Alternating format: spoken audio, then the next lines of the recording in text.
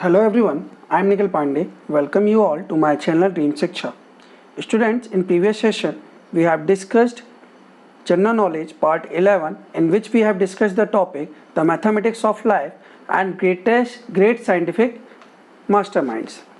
In today's session we are going to discuss the Part 12 of General Knowledge and will start with the topic milestones of ICT revolution.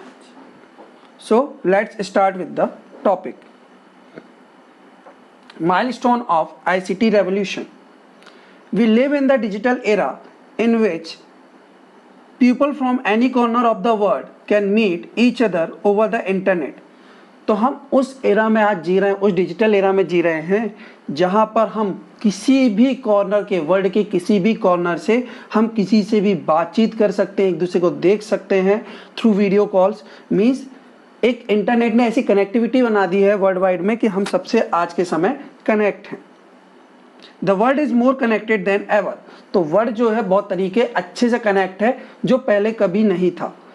All this is the fruit of revolution in the field of information and communication technology. ये सब possible हो पाया information and communication technology के कारण, जिसने time पर time अच्छे अच्छे इन्वेंशन किए और हमारी लाइफ को और अच्छा इजी कर दिया और कनेक्टिविटी को और ज़्यादा चेंज कर दिया, बेहतर बना दिया ताकि हम बेहतर तरीके से कनेक्ट कर पाएँ। चलिए ऐसी ही कुछ चीज़ों के बारे में बात करने वाले हैं, उसकी हिस्ट्री के बारे में बात करने वाले हैं आज हम। तो first one, the postal system. Basic courier system was prevalent in many parts of the world since 2400 before century. Earlier it was the recipient who paid for the delivery of the parcel or the letter। तो basic courier system जो पहले courier system था वो पहले से चला आ रहा है सारे वर्ल्ड में। कब से? 2400 बिफोर सेंचुरी से। पहले क्या होता था, जो रेसिपेंट होता था, जो मतलब चीज़ों को रिसीव करता था, वो डिलीवरी चार्ज को पे करता था, पार्सल के या लेटर के डिलीवरी चार्ज को वो पे करता था जिसको डिलीवरी मिलनी थी, मीन जिसको मिलना था वो parcel. Sir Rowland Hill introduced Penny Black, the world first adhesive postal stamp and first used in Great Britain. तो एक सर रोलैंड हिल करके थे, उन्होंने पेनी ब्लैक करके एक क्या बनाई, पोस्टल स्टैम्प बनाई, है ना। एक पेनी ब्लैक करके एक पोस्टल स्टैम्प बनाई जिसको सबसे पहले कहाँ पर यूज़ किया गया? ग्रेट ब्रिटेन में।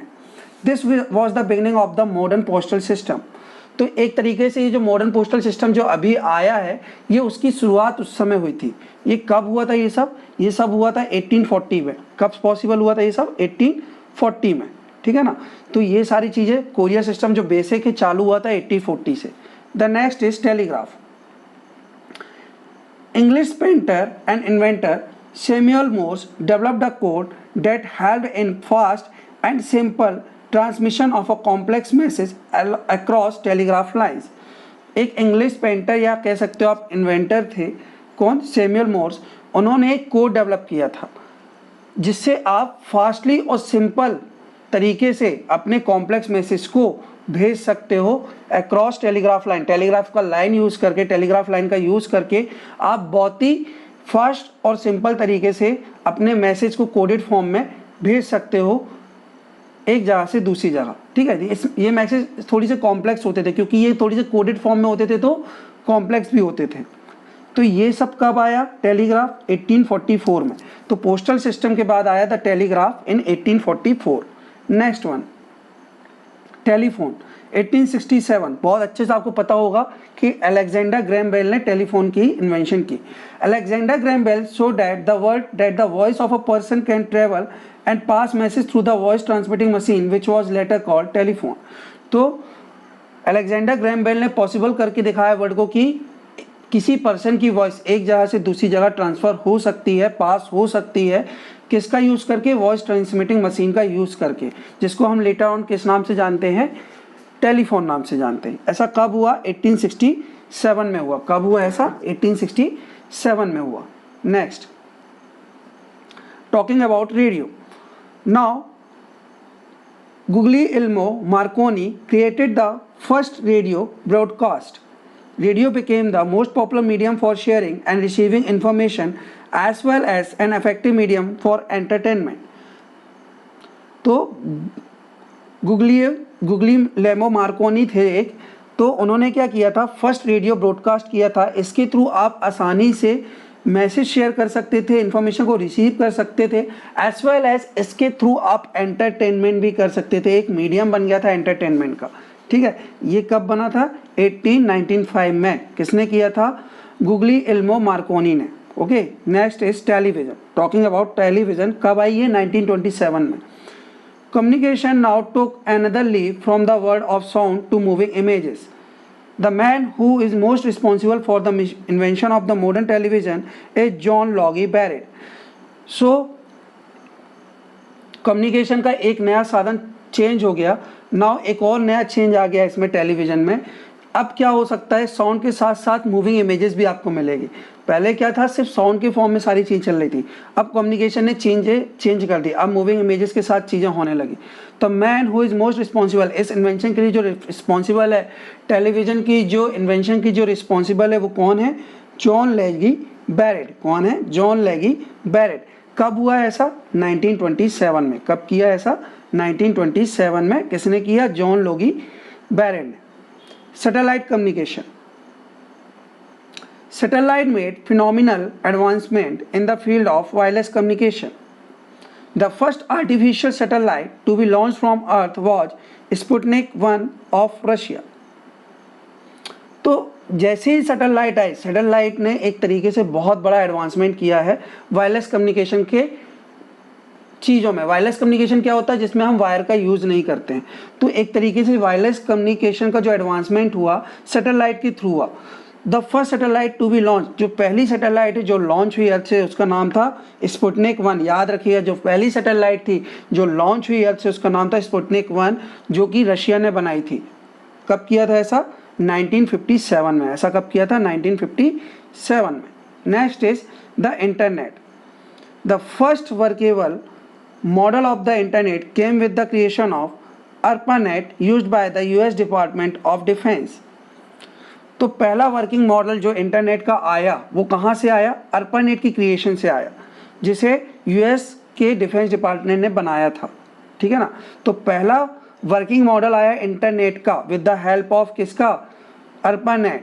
किसने किया ऐसा? यूएस डिपार्टमेंट ऑफ डिफेंस ने किया। Later it grew to become the information superhighway as we use it today, connecting the world at both macro and micro level. Later इसको किस नाम से जानने लगे हैं हम?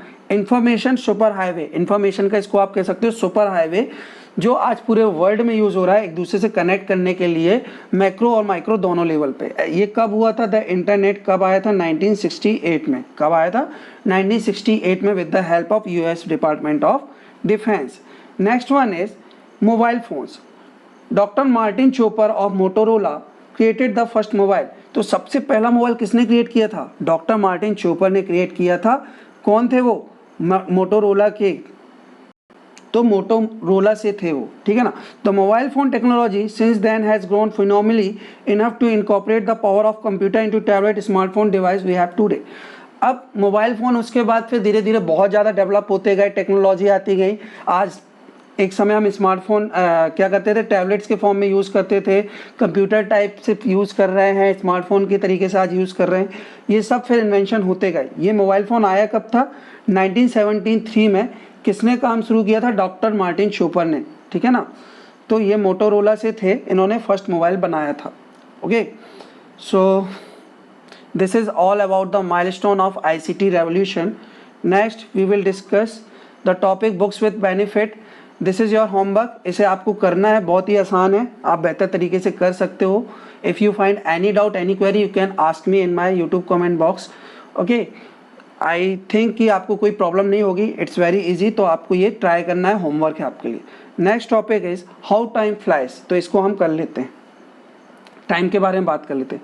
Today, tomorrow, yesterday are some words that donate time. जैसे कि टुडे मतलब आज, टुमारो मतलब कल, यस्टरडे मतलब बीता हुआ कल।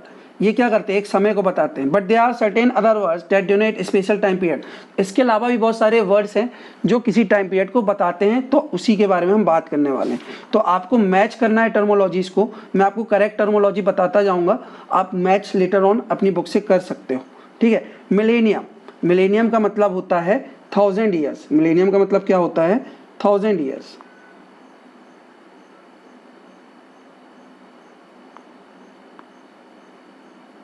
मिलेनियम मतलब होता है 1000 years. It doesn't need explanation, आप बस याद रखिएगा कि 1000 ईयर्स मतलब कि मिलेनियम।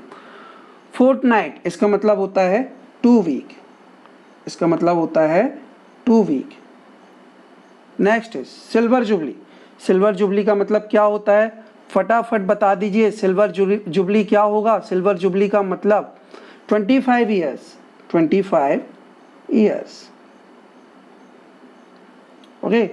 Next century. सेंचुरी मतलब क्या होता है बताइए, 100 ईयर्स। क्या होता है, 100 ईयर्स।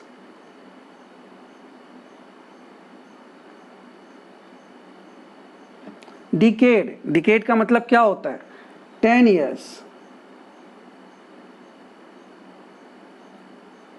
नाउ सेमेस्टर, सेमेस्टर क्या होता है, 6 मंथ्स। बहुत सुना होगा इसके बारे में आपने, 6 months.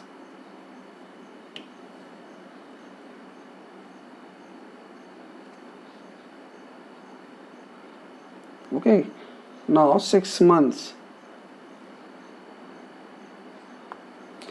okay, I hope you will write golden jubilee। इसका मतलब क्या होता है, 50 years। क्या होता है, 50 years,